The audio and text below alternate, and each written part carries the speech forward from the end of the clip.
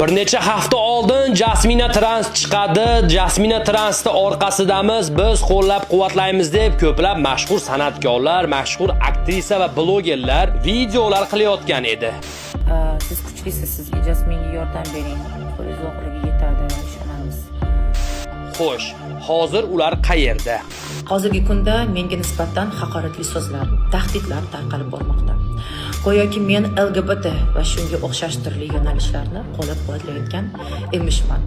Bu albatta meni xavotirga solyapti. Shu vaqtga qadar men bunday yo'nalishlarni targ'ib qilmaganman. Bilasizlarki, Jasmina Transning o'rni uzoq turgani yo'q. Nozanin ismli trans to'g'ridan-to'g'ri Jasmina Transning o'rniga chiqdi. Feruza Normatova bechora shuncha gaplarga chidab turib, men Feruzadan endi tushunyapman. Haqiqatan Feruzaga biz